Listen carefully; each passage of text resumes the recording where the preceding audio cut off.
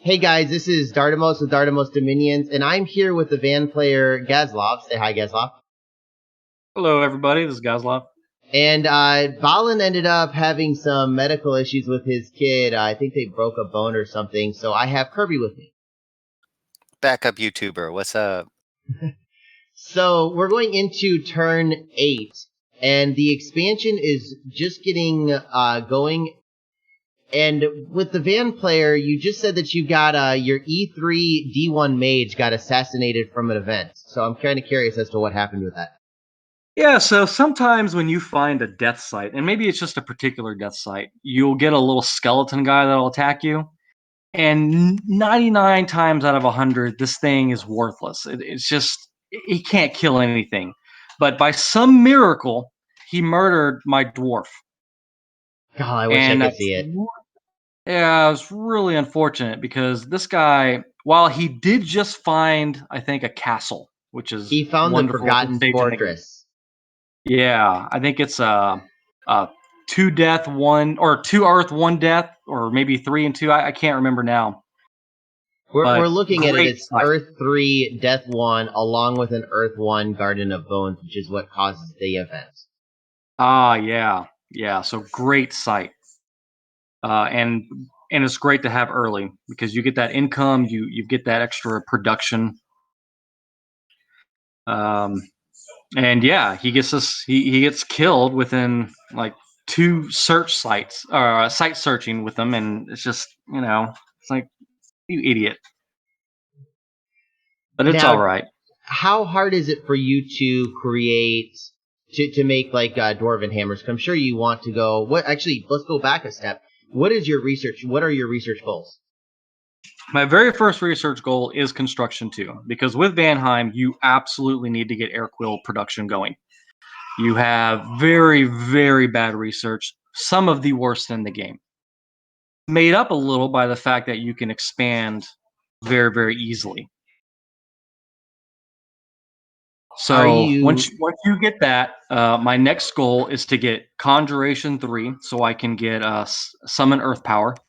Then I want to get Construction 3 for the extra protection, and then I want to get Enchantment 3 for the extra strength. And then I send my Earth 3 dwarves into battle. When they get up to Earth 4 from the buff, they can cast both these spells twice without fatiguing out. and that is you said enchantment 3, right? Enchantment 3 and Construction 3. Okay, Legions of enchantment 3 Steel for and Strength of Giants. okay. Those buffs go so well on Einheirs, and Einheirs wear buffs better than any unit. Now, who is your without giving too much away? What is your initial goal in who are your good targets and who are your bad targets? So Ashdod was correct in his assessment. I was going to invade Ashdod. He was always going to be my first target. Okay, we And haven't gotten that far yet, so don't surprise oh, too much. my mistake. So Ashdod, I believe, is going to be the best matchup for me, even though he is typically a very strong nation. Einheirs are well suited to kill large units.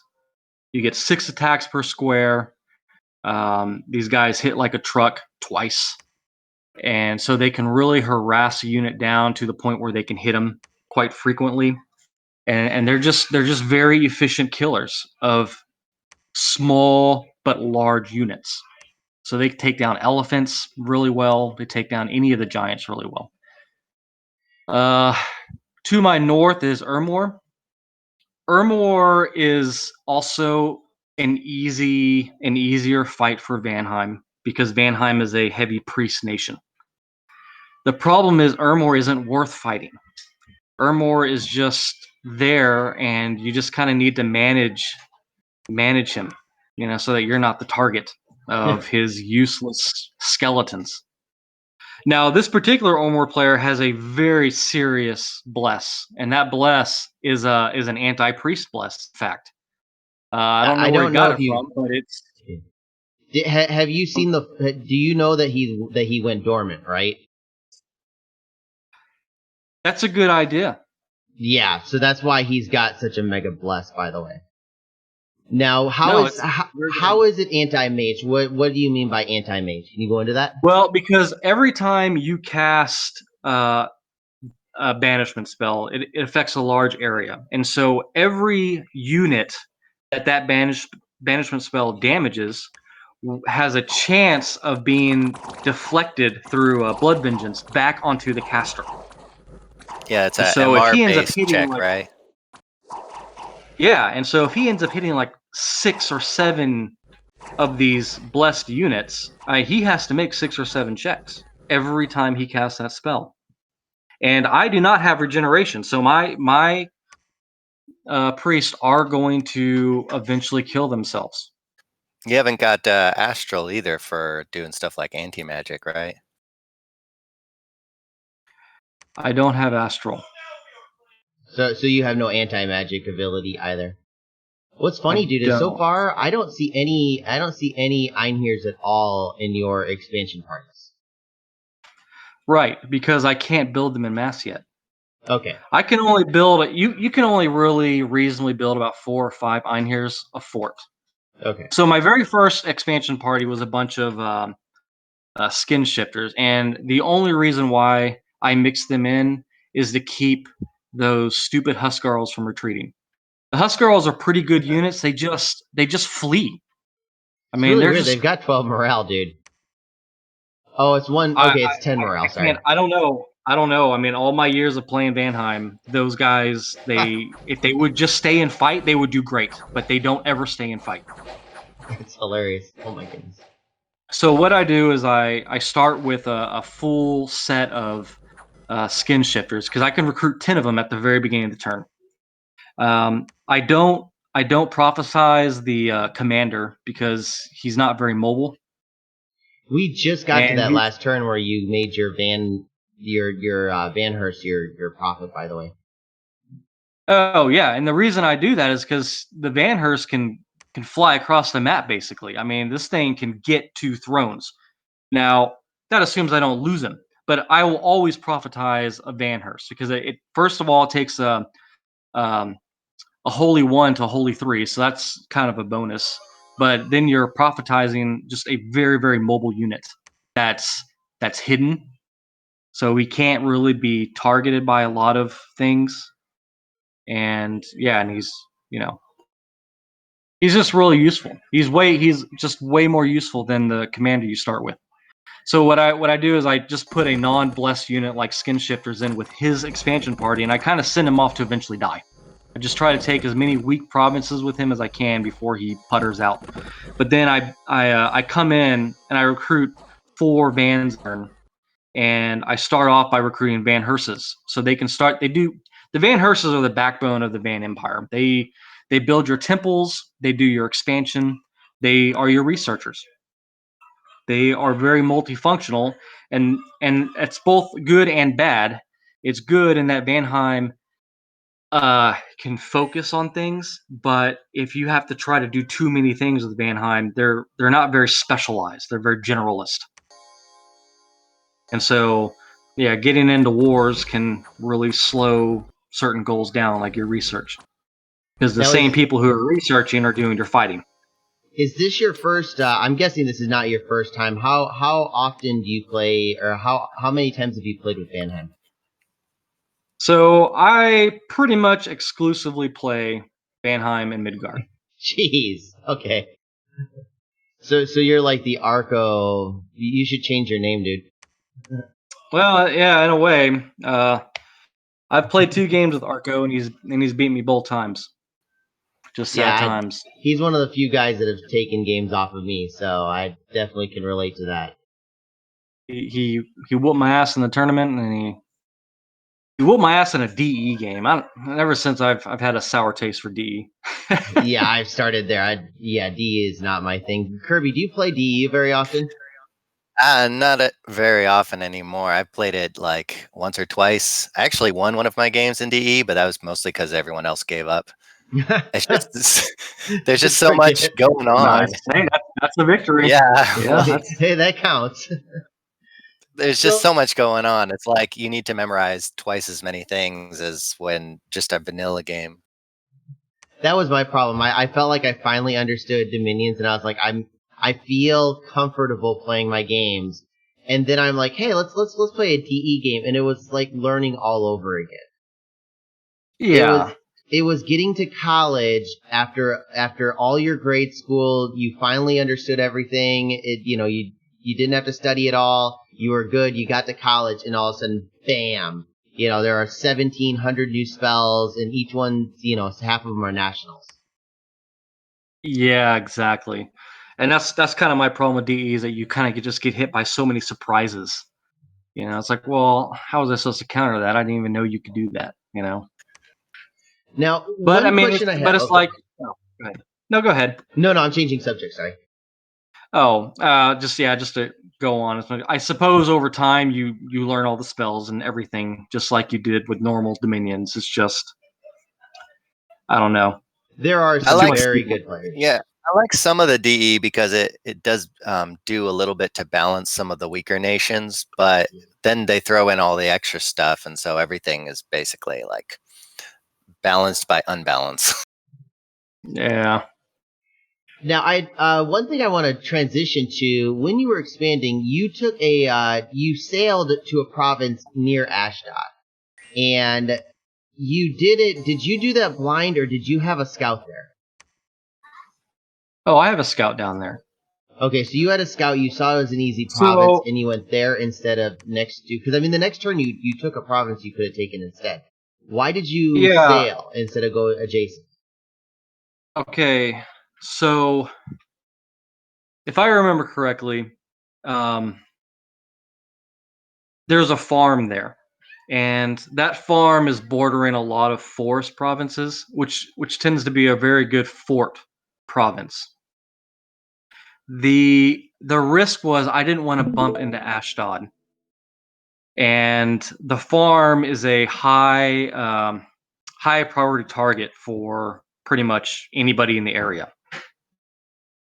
And I needed to know kind of what his bless was, what this guy is about, because he was going to be my first target. Fortunately, he attacked me, so I got to play the victim. Would you still have gone after him if he would have went Regen, Fortitude, Blood Bond? I would have, yes. Okay, that's gutsy. I'm actually really impressed because that was one thing that we were saying is that we didn't think that we thought that Ashdod would win with that bless. No, he would not, because it's the same strategy to take out any kind of cap dependent nation. As I sneak my advance to your capital, I snatch it from you while you're trying to fight my Einhairs up near my capital. I bleed you out of money while I basically splinter out and take all your property, and kind of just attrition you out.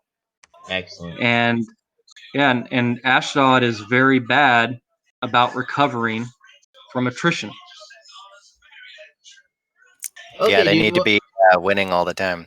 I think we do need to get on to the other turns, but thank you so much for joining us. It's kind of been cool to get more of your strategy from this.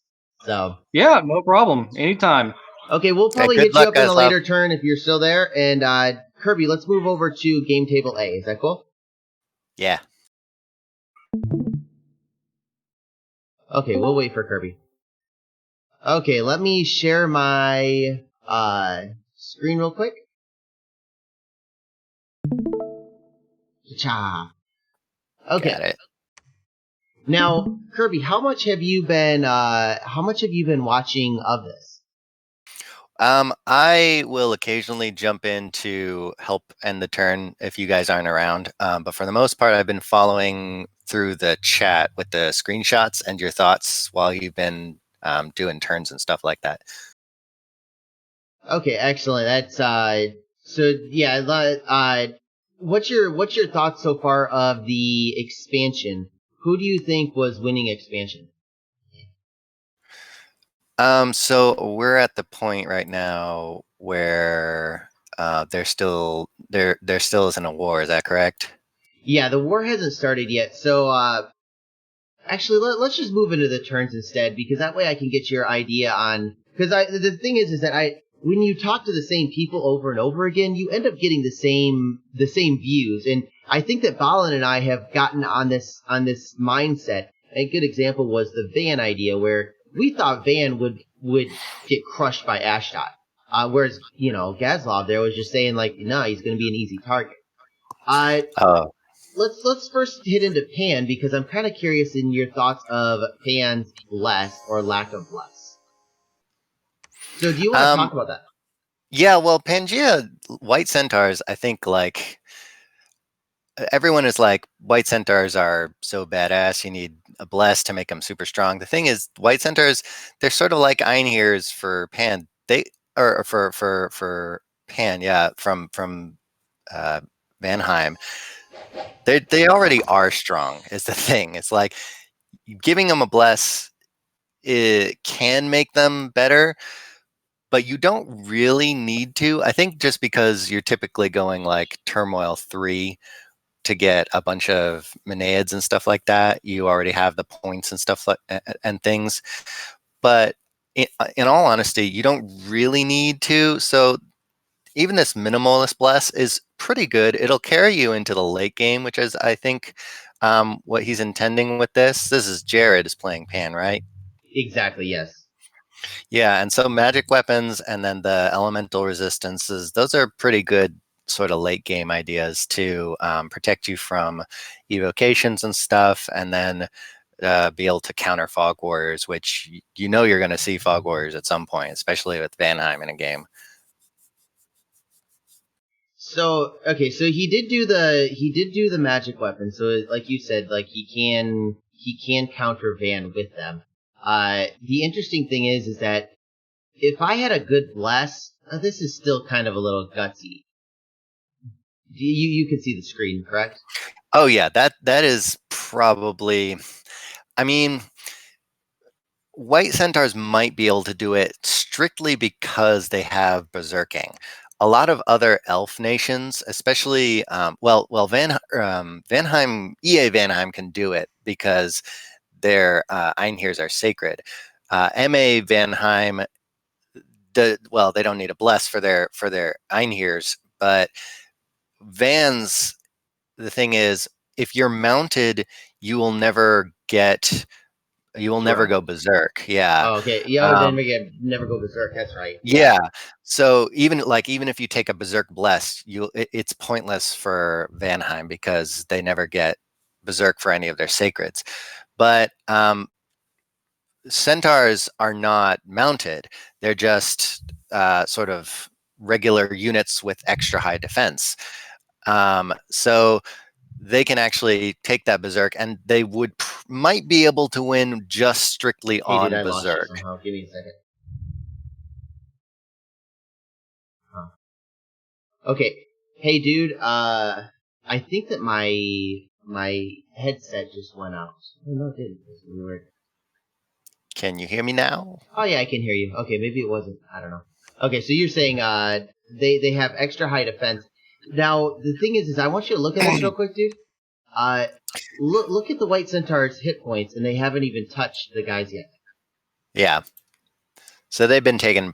Some of them have been taking a pretty big beating. Yeah. The berserking will give them a little bit of extra prot, but that's a lot of like ranged attacks that you just sort of have to chew through. So it's a pretty big risk. Jeez, they just got annihilated by arrows. Yeah. I I'm just like, don't think you can do it, single Pangean Centaur. No. Yeah. Okay, never mind. Maybe if he'd had like 2 more, he still would have taken a lot of damage, but he would have probably been able to take that. I think you're right. I think he needed to be going after that province. I mean, there are 80 guys in there, 80 versus 5. Yeah. I mean, that's a little bit. And they all have ranged attacks too. Like if they had been like militias or something like that, he would have just owned them all. But yeah, when it's all ranged attacks, that's kind of the hard deal. Okay, so I'm gonna skip out on Satis's and the other Ashdod fights are kind of boring, but I'm kind of curious on your thoughts on I don't know, scales ish Ashdod. I have seen Scales Ashdod played before in other YouTube videos, I think, and then uh, I don't know if I've ever actually fought Ashdod a whole lot in my own games, but there is logic to it, because then you can get more of your strong units, especially once you get forts up. So um, it's not exactly like counterintuitive. There are reasons to do it, but with any scales nation, unless you have some way of protecting against an early rush, that can sort of come back to bite you, because scales really only works over time, scales over time, if you will. Now, would you suggest this, or would you suggest a bless or a hell bless? I think it depends on your personal preference of how you want to play. Like, some people really like to do the super combatant, thuggy, hellbless kind of thing. Some people are really into scales, and it does sort of depend on your own play style. I just, these are such beautiful units. To not put a nice solid bless on them seems. I mean, don't get me. I don't like the hell bless. I don't like hell blesses on just about anything. We're using one in one of my Utgard games now, but even that, it feels. I don't know. It feels dirty. I don't know. Yeah, I mean, there is a huge power rush you get with having like ridiculous Anakites just munching through everything. Um, I don't really know this player. I don't think I've seen him in any other games of mine, so I'm not sure like his general strategy. The thing is with like Gaslov, when we were just talking about with earlier, like I played with him a bunch, and I know like he's a super van player, so yeah, I Well, sort of know his go-to strategies, especially when you play Vanheim just over and over again.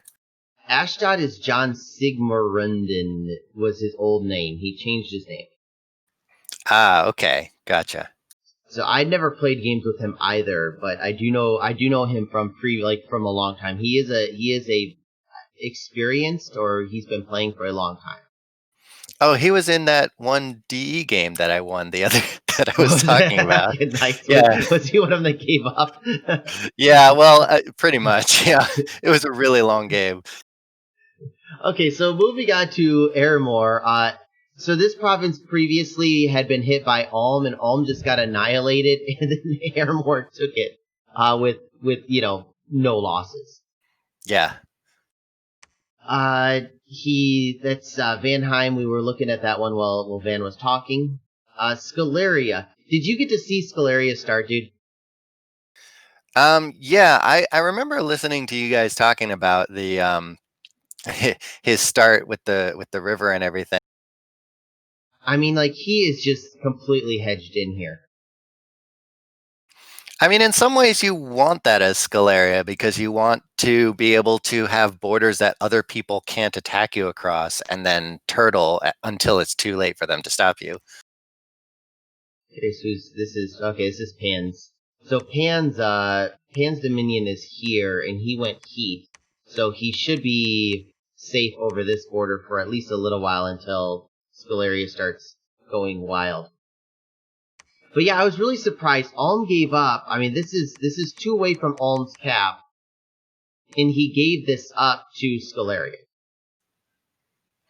Is that a Diplo thing, or he just hasn't been able to get that far south to contest it? There was no Diplo for this one. I'm actually gonna pull up the turn. This is turn. I want to say it's 9. Oh no, it's turn 8. Okay, so yeah, I just there was no Diplo that I can see. Yeah, okay, so next turn is when they all start napping up. So yeah, I mean, it doesn't look like it wasn't a difficult province to take either. I don't know why Ulm didn't come in and just eat that as fast as he could. Yeah, Ulm doesn't seem to be making a whole lot of troops. We're gonna pull him into the next episode if you've got time, and I really want to. This is my nation, and I can't see why he doesn't have more troops and why he isn't smashing. Yeah, there's a lot of knights all around him and cav and stuff, but he should be able to take that. You build a bunch of black knights, you get a big death ball expansion party of black knights. You can take those. Oh, I'm sorry. The naps were this turn. So Mari and Satis. So Marignan and Satis for some reason have a nap. Ulm and Airmore, interestingly enough, got a nap. So Ulm is not going to attack Airmore. Van and Marignan, which is like they're not even close to each other. And then Ashdod and Marignan, which is actually important because that's this border right here. Yeah. Oh wait, I'm sorry. That all happens turn 10. Okay, never mind. I'm way ahead. Okay. So I do want to pull up the score graphs real quick and look at the provinces. And if you see this real quick, like look at this, dude. Like I'm toggling Ashdod's, and Vanheim and Ashdod are neck and neck for first place. Yeah. So the expansion is going well enough for Scales Ashdod. It's true. I didn't even think he just needs to get forts down in order to take advantage of those scales more. For recruiting his good units, I mean. What I'm interested in is this one. Airmore. Look at Airmore. Airmore is not gaining. Has not gained any death gems at all. So either he's not searching or he's not building temples either. So okay, let's move on to the next turn and try to burn through this one so we can actually say we got some stuff done. Yeah, right. Okay, no messages. Yay. Boring. Oh man, this is, ouch. Okay. We have something of note.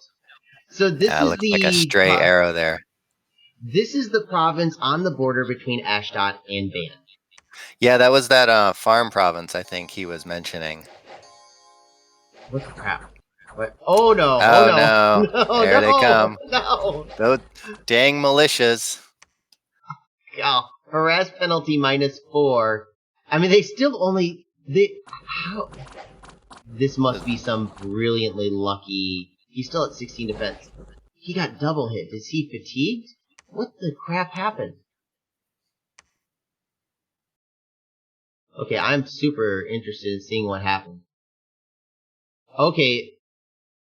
He must have... This is exploding dice, isn't it? Yeah, attack 16 versus defense 16. Oh, where is it?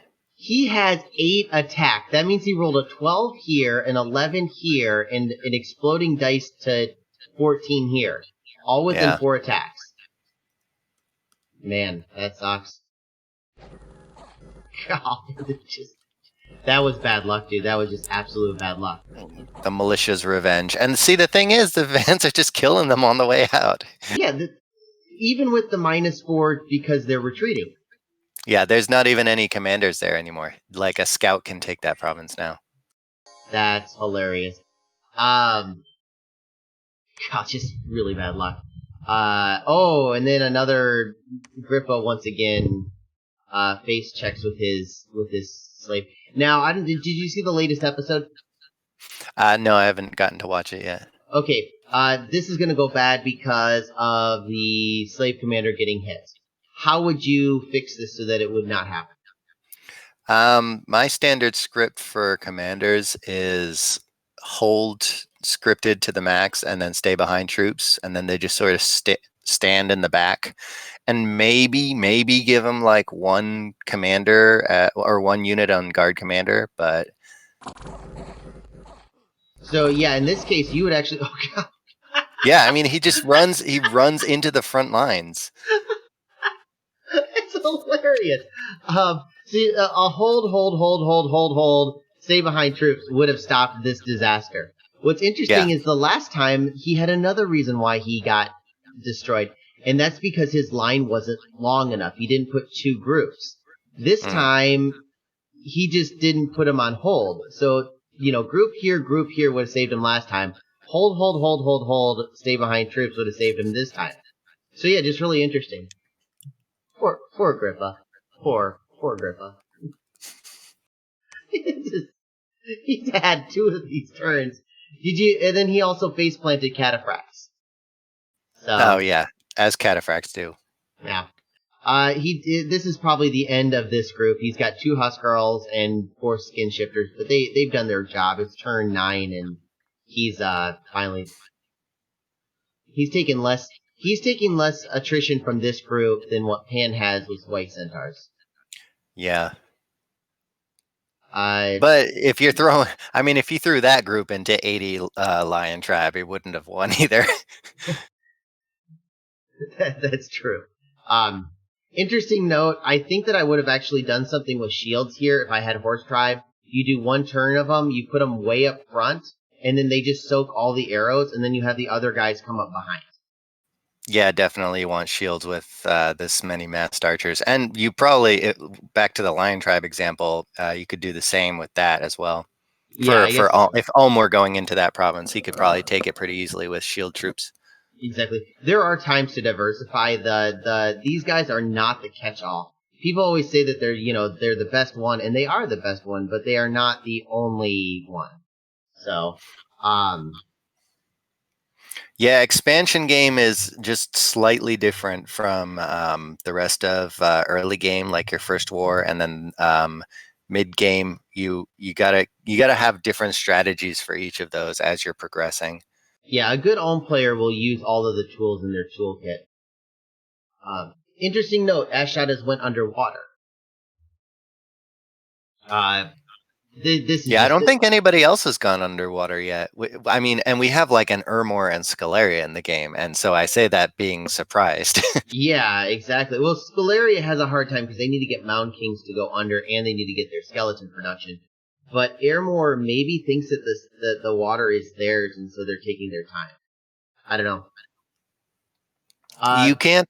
Ermor can't build forts underwater. Is that correct? That is correct. They cannot. And so they don't get their free spawn there. It's just basically gold, I think, for them. I think you're correct. Yeah. Also, this is amazing to me, dude. I don't know how 7 Vans can go and just demolish as many barbarians. So.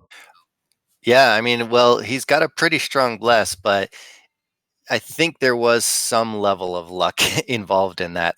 Well, if you watch the battle, he might have just sniped the commanders right off the bat, because barbarian chiefs tend to be right up front, and so then if you face plant them, then the rest of them will rout. We had this last time where, see, this is ridiculous, and these guys are still at, 21 defense. The thing is, The difference between last time and this one is that the commander was by himself, where here, they've got 2 guys in there, and it's just like, having that second guy is so huge. This guy might be in trouble, but we found out he's not, so. It's just really interesting how they there they go. Yeah, so he got the 2 commanders. I don't know if that battle had been protracted, if they might have taken a couple of losses, but once you snipe the 2 barbarian chiefs, you're good to go. And Van is kind of going wild now with their expansion. I think this is 3 expansions. They finally had to bite the bullet and take out the elephants, and I'm guessing the elephants end up killing. Yeah, I think they got 2 of them there. I don't think anything else. Yeah, nothing else that they have is really going to do it. And that's smart, by the way, for the Van commander to cast Air Shield on himself, because you saw all those slings were targeting him. I was curious about that. I was like, that's actually really dangerous, but I missed that he had cast Air Shield on himself. Well, it looked like he had the little sort of blue coloring on him, and that's pretty standard because Air Shield is... yeah, there's Air Shield right there. Yeah, level 0 spell. So every air nation has it from the beginning. So if you really want to script that like right off the bat for exactly this reason. He'd probably be dead if he hadn't had an Air Shield on. That's really good. Okay, dude. Well, anything of note for this turn? There's a border now between Scalaria and Ulm, and they don't have a nap. Border between Ulm and Sitis, they don't have a nap. Anything else that you see? No, not. Do we know if people are site searching quite yet? Oh, that's a good point. Ulm doesn't look like they've got any site searching. Oh, that was one thing I wanted to see is, okay, it hasn't happened yet. Ulm ends up having a bad turn. So Right. he's getting air from here and water from here. Vanheim has got their big free fort. Yeah. Ashdod doesn't look like it. Mari has got, oh, that's actually a really good site. It's a 2-gem site. And he probably had, oh, that's right, he didn't take that yet. Okay, so I guess that's it. And, we'll probably be, yep, thanks for watching. Thanks for joining me, Kirby. Yep. Anytime. And I'll, see you guys in the next one. Bye.